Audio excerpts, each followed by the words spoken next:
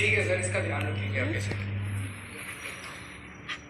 Sir मैं सभी आत्माओं को शांति मिले जिन जिन लोगों का इस दौरान कोरोना की वजह से जिनका देहांत हो गया, और उनके परिवारों को दुख सहने की शक्ति दे।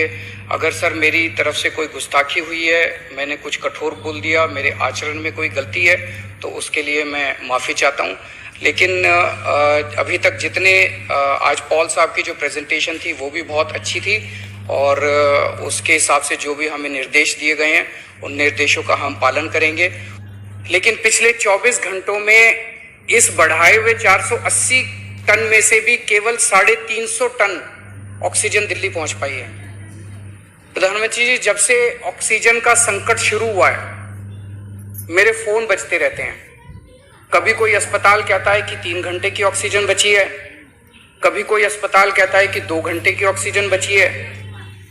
हम कारण जानने की कोशिश करते हैं तो पता चलता है कि पीछे किसी राज्य ने दिल्ली के लिए ऑक्सीजन लाने वाले ट्रक को रोक रखा है। हमने मदद के लिए केंद्र सरकार में कुछ मंत्रियों को फोन किए। शुरू में उन्होंने खूब सहयोग किया सर, लेकिन अब वो भी बेचारे थक गए। सर, देश के संसाधनों पे तो 130 करोड़ लोगों का अधिकार है ना। अगर दिल्ली में ऑक्सीजन की फैक्ट्री नहीं है तो क्या दिल्ली के 2 करोड़ लोगों को ऑक्सीजन नहीं मिलेगी? जिस राज्य में ऑक्सीजन की फैक्ट्री है, क्या वो दिल्ली की ऑक्सीजन रोक सकते हैं? ऐसे में हम क्या करें? सर, मैं आपका बेहद शुक्रिया अदा करना चाहता हूं कि आज आपने ये मीटिंग बुलाई है, बहुत सही समय पे ये मीटिंग बुलाई है। पर सर, मैं आज ये जानना चाहता हूं कि अगर आज या कल या किसी भी टाइम हमारे दिल्ली के किसी अस्पताल में अगर 1 घंटे की, आधे घंटे की, 2 घंटे की ऑक्सीजन बच जाए और लोगों की मरने की नौबत आ जाए, तो मैं फोन उठा के केंद्र सरकार में किससे बात करूं? सर, मैं ये जानना चाहता हूं कि अगर कोई राज्य दिल्ली के कोटे की ऑक्सीजन का ट्रक रोक ले तो मैं फोन उठा के किससे बात करूं?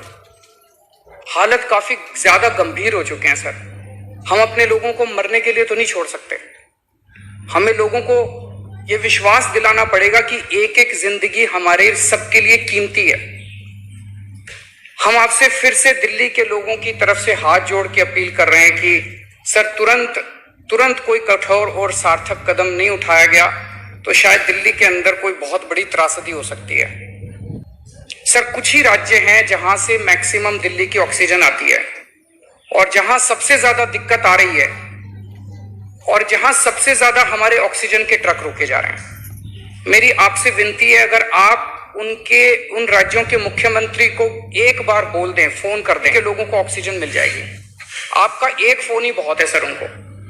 दिल्ली के 2 करोड़ लोगों की तरफ से मैं आज आपसे हाथ जोड़ के विनती कर रहा हूं कि सर, आप हमारी मदद कर सकते हैं। आप कृपया हमारी मदद कीजिए और अस्पताल में लोगों को, ताकि ऑक्सीजन मिल जाए।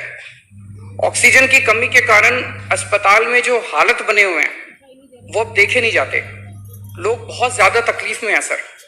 पूरी रात हम सो नहीं पाते, नींद नहीं आती। इनका मुख्यमंत्री होते हुए भी मैं कुछ नहीं कर पा रहा। डर लगता है कि ऑक्सीजन की कमी से कहीं कोई बड़ा हादसा ना हो जाए। ईश्वर ना करे अगर ऑक्सीजन ना मिलने से कुछ अनहोनी हो गई तो हम सब कभी अपने आप को माफ नहीं कर पाएंगे। प्रधानमंत्री जी, कोरोना से देश को बचाने के लिए एक नेशनल प्लान बनना चाहिए।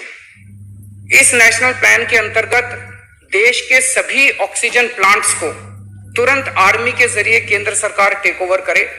ऑक्सीजन प्लांट से निकलने वाले हर ट्रक के साथ एक आर्मी का एस्कॉर्ट व्हीकल रहेगा, तो कोई उस ट्रक को फिर आगे रोक नहीं पाएगा। सर, दिल्ली का जो ऑक्सीजन का कोटा आपने बढ़ाया, हम उसके बड़े शुक्रगुजार हैं, लेकिन उसमें लगभग 100 टन ऑक्सीजन उड़ीसा और वेस्ट बंगाल से आनी है। हम परसों से, जब से कोटा बढ़ा है, हम कोशिश कर रहे हैं उस ऑक्सीजन को दिल्ली लाने की। मेरा आपसे निवेदन है कि यहाँ से ऑक्सीजन अगर हो सके तो हमें हवाई जहाज से उपलब्ध करवाई जाए, और नहीं तो जैसा अभी बताया गया, आपका आइडिया है ऑक्सीजन एक्सप्रेस शुरू करने का, वो ऑक्सीजन एक्सप्रेस शुरू करके वेस्ट बंगाल और उड़ीसा से हमें ऑक्सीजन दिलवाई जाए। आइडिया नहीं, ऑलरेडी चल रहा है। सर, दिल्ली तक नहीं पहुंच पा रही, हमारी दिल्ली तक नहीं आ रहा। उसमें अगर हमें दिल्ली के लिए भी कॉरिडोर मिल जाए तो आपकी बड़ी मेहरबानी होगी सर। आपने 2-3 जगह तो कर दिया सर, आपके इंटरवेंशन से मुझे पता चला। एक दिल्ली के लिए और करा दीजिए सर, यहाँ की हमारी 100 टन ऑक्सीजन उधर से आनी है। प्रधानमंत्री जी, हमारे देश के वैज्ञानिकों ने इतने कम समय में जो वैक्सीन बनाई है, इसके लिए हमारे वैज्ञानिक साधुवाद के पात्र हैं।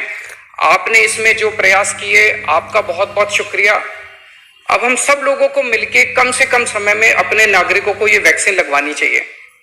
इसमें केंद्र और राज्य सभी सरकारों को हमको मिलके काम करना है।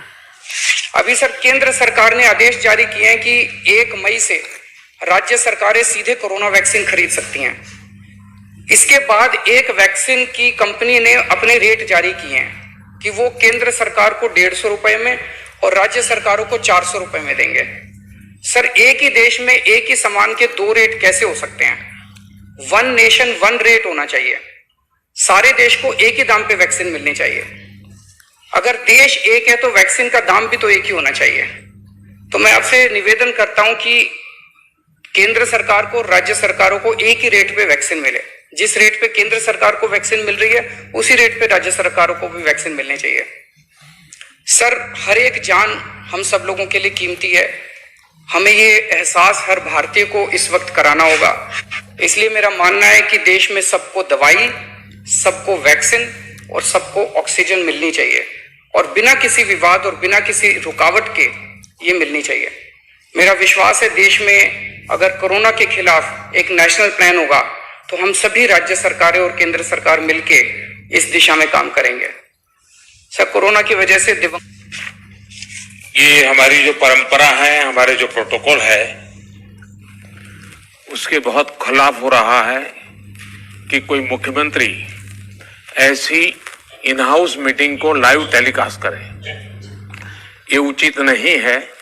ये हमने हमेशा संयम पालन करना चाहिए। ठीक है सर, इसका ध्यान रखेंगे आगे से। सर, मैं सभी आत्माओं को शांति मिले जिन जिन लोगों का इस दौरान कोरोना की वजह से जिनका देहांत हो गया, और उनके परिवारों को दुख सहने की शक्ति दे। अगर सर मेरी तरफ से कोई गुस्ताखी हुई है, मैंने कुछ कठोर बोल दिया, मेरे आचरण में कोई गलती है, तो उसके लिए मैं माफी चाहता हूं। लेकिन अभी तक जितने आज पॉल साहब की जो प्रेजेंटेशन